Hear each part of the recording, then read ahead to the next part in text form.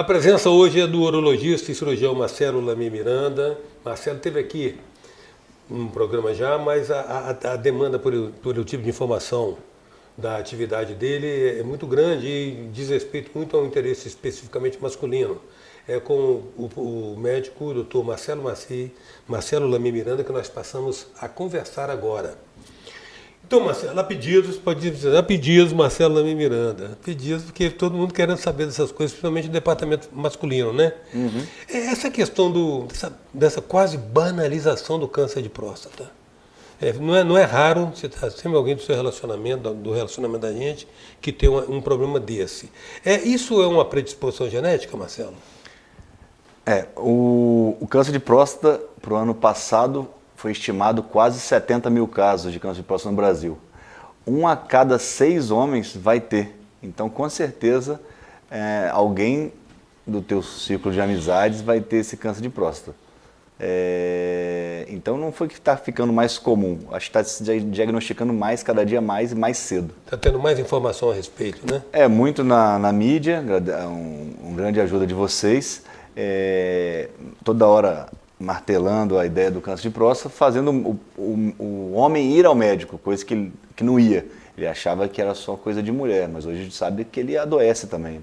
Não, sim, mas olha bem, mas aí vai lá e constata. Ok, constata. Ou seja, sempre se falou do diagnóstico tempestivo, né? Em tempo, que permita fazer as intervenções sem maiores sequelas. Mas uma coisa que está anterior a isso é por que são 70 mil casos? Porque 1 entre 6, isso é uma predisposição genética, são hábitos de vida, hábitos alimentares. O que se sabe hoje, na medicina toda hora muda as coisas. É dinâmico. Mas, hoje que é sabido do câncer de próstata é que ele é muito hábito alimentar e o fator genético é importantíssimo. Eu tenho pacientes que têm 6 tios operados de câncer de próstata. Tem uma família que eu operei os 3 irmãos de câncer de próstata. Então, assim, o fator familiar é importantíssimo. Mas o hábito de vida acelera bem. O que você sabe hoje em dia é muito hábito de ingesta maciça de gordura animal. Os famosos churrascos, comida gordurosa, isso pode ter predispor ao câncer de próstata. Um grilo aí na galera, hein? Ingesta de gordura animal. Sabe-se que o japonês original do Japão, com aquela comida mais natural... E peixe também. Peixe, massa, ele tem baixos índices de câncer de próstata. Só que ele vai viajar para os Estados Unidos para morar lá, ele fica com o índice de câncer de próstata igual à população deles lá. Ou seja, é estilo de vida, então. Estilo de vida. Estilo de vida. E a prevenção seria essa, então? Hábito saudável para todas as doenças, né? Exato. Cardiopatias, tudo. Exercício físico e maneirar na comida. Maneirar na comida. Aliás, sobre comida, o que se diz é que à medida que se envelhece, se possível, aprender a comer menos, né? Quanto menos comer e com qualidade é melhor. Comer com qualidade, né? Agora, nem todo crescimento de próstata configura uma neoplasia ou um câncer, né? Não, basicamente a gente tem várias doenças da próstata, mas basicamente o que faz muita confusão, a primeira é a hiperplasia benigna da próstata, que é o crescimento no qual a queixa principal do paciente a uretra. Queixa de diminuição do jato, está com dificuldade para urinar, está levantando muito à noite. Esse é o principal da hiperplasia benigna. O câncer de próstata, geralmente, ele nasce na casca da próstata, então ele é assintomático. Quando ele, por acaso, vir a dar sintomas, muitas vezes o paciente já está em estágio avançado da doença. Por isso que não se percebe e por isso a necessidade do chamado diagnóstico tempestivo, em tempo. O diagnóstico precoce em todas as doenças é ideal para ser tratado, porque senão você vai ter um diagnóstico que já perdeu a chance de cura, vira um negócio paliativo. E há uma assertividade, e há uma eficácia garantida realmente com toque retal, ou é só uma sondagem? O toque retal a gente faz em todos os pacientes. Geralmente o toque tem que ser relacionado com um PSA, para ter um raciocínio clínico. O médico tem que ter um raciocínio clínico de o toque, o PSA. Às vezes o PSA está bom, mas o toque está ruim. Em dezembro agora eu operei um paciente com PSA de 1.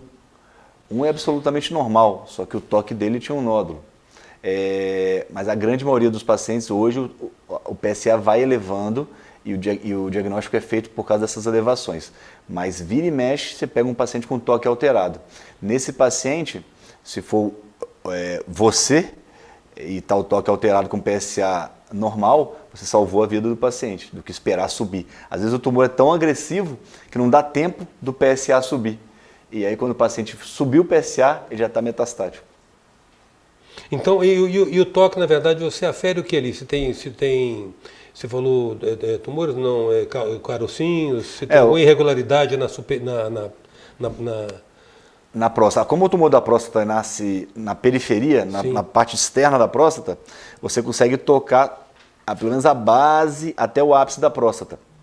Então você vê se está uma consistência basicamente uma parte mais mole, ou você consegue notar algum nódulo. Achou algum nódulo, pode ser necessário fazer uma biópsia. E aí, grau de efetividade da biópsia? A biópsia, hoje em dia, antes da biópsia, a gente consegue fazer uma ressonância. A ressonância é um exame de imagem que hoje ele direciona a nossa biópsia. A ressonância multiparamétrica é o nome. Ela me fala exatamente onde o tumor está. Todo paciente que eu vou fazer uma biópsia, eu peço uma ressonância. Para saber se tem extensão para fora da próstata, se o tumor já passou da próstata. E outro para saber se tem uma área suspeita, uma área que posso caprichar mais na biópsia. O tumor é no ápice direito. Eu vou lá no ápice direito e colho mais fragmentos do que normalmente eu colheria. Se eu fosse escolher, sei lá, dois no ápice, eu colho lá 3, 4, 5. Concentro lá para ver se pega o tumor. Pacientes que têm 2, 3, 4, 5 biópsias e não pega o tumor, com a ressonância, muitas vezes ela direciona e fala, é ali que é o local. Você vai lá, faz e acerta a biópsia.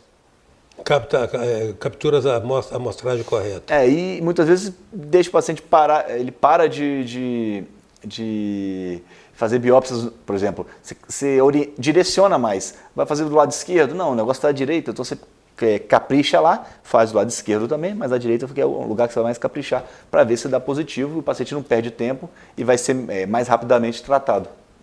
A presença hoje é do urologista e cirurgião Marcelo Lamy Miranda. A gente volta já.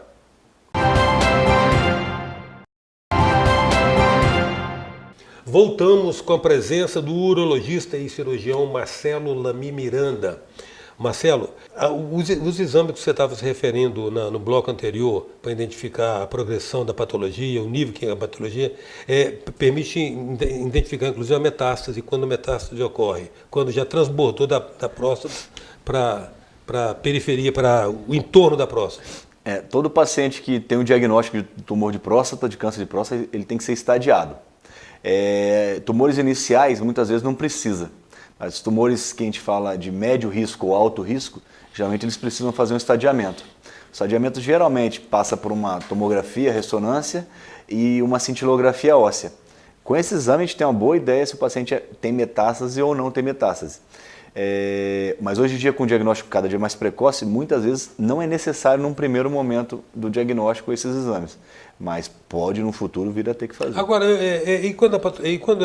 quando todo o procedimento pode se resumir a uma radioterapia ou quimioterapia? Eu conheço relatos de pessoas que foram tratadas, submetidas à radioterapia e depois de 5, 6 anos a doença voltou mais agressiva. Eu, como cirurgião, minha tendência quase sempre é para a cirurgia. Tirar a próstata. Tirar a próstata. Existe o tratamento da radioterapia. Radioterapia muitas vezes com bloqueio hormonal, mas eu prefiro deixar mais para uma segunda instância.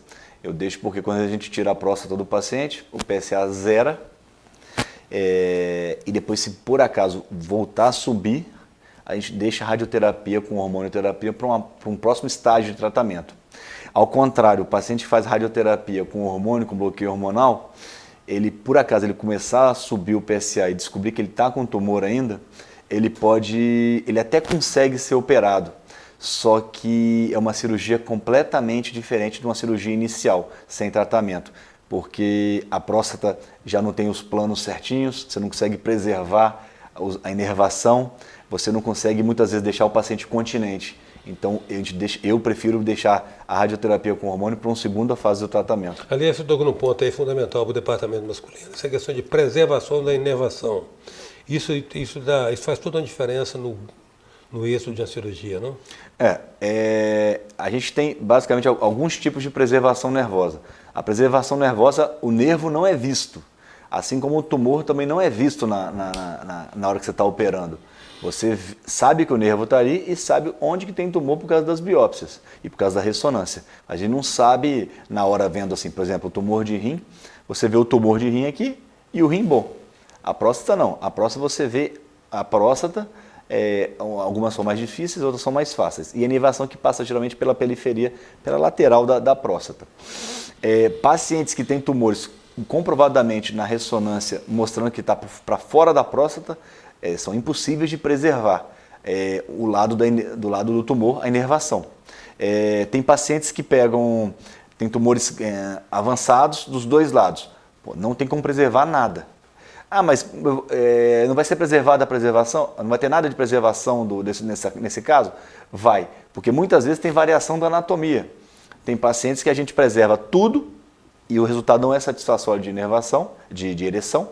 E tem pacientes que a gente preserva ruim, porque o tumor dele é avançado, e ele tem uma ereção depois de um tempo normal. Só como é que pode? É porque é microscópico o negócio, você não vê, e ele pode passar, em vez de passar agarrado na próstata, ele pode passar um pouco afastado. Isso é uma sorte do paciente, é uma variação da anatomia do paciente. Quer dizer, a sua intervenção é meio que às cegas ali, então. Na hora que os pacientes que vão ser preservados a inervação, a gente preserva. Só que você não sabe onde tem o nervo, você não consegue ver, só com o microscópio para ver. E você tem experimentado assim muita evolução no acompanhamento? Você tá atuando na área desde quando? Eu voltei para Vitória em 2008, em janeiro de 2008. Vai para 10 anos, 11 anos. 11 anos. Você tem percebido muita evolução no procedimento de tratamento? Eu estava conversando com outro cirurgião que opera comigo, esse agora em janeiro. Eu falei, pô, a gente mudou a técnica ano passado 3 vezes da próstata. E cada dia a gente muda mais. Cirurgias que aconteciam antigamente, a cirurgia aberta, por exemplo, no qual o paciente perdia 6 bolsas de sangue, tinha que tomar, UTI. Hoje em dia eu nunca dei sangue para próstata nenhuma, não tem como, porque senão você não opera. A gente tem mais controle dos locais que sangram, então hoje em dia sangra muito pouco, quase nada. E outra preservação, que antigamente a ideia, como você pegava os tumores muito avançados com a cirurgia aberta, a cirurgia era arrancar a próstata. Hoje em dia, cada dia se preserva mais. Hoje a ideia é a cirurgia mais preservativa possível. Eu posso estar chutando aqui, isso aqui é meu, isso não é nada científico, mas eu acho que talvez essa próstata fique igual um tumor de mama nas mulheres, que tem a genética, depois que ele tem a família constituída, aí ele vai lá, faz um teste genético, vai ter tumor de próstata, vai tirar a próstata dele, preservando completamente toda a inervação. Acho que talvez seja o futuro isso aí. Ou talvez remédios que o paciente vai ter um tumor de próstata, vai tomar um remédio, uma dose e vai estar resolvido o problema dele para alguns anos. Não sei o caminho que vai, mas acho que pode ser esses 2 caminhos. A nossa conversa com o urologista e cirurgião Marcelo Lamy Miranda sobre esse assunto que tanto interessa aos homens continua na nossa edição de amanhã do programa Presença. Até lá, então.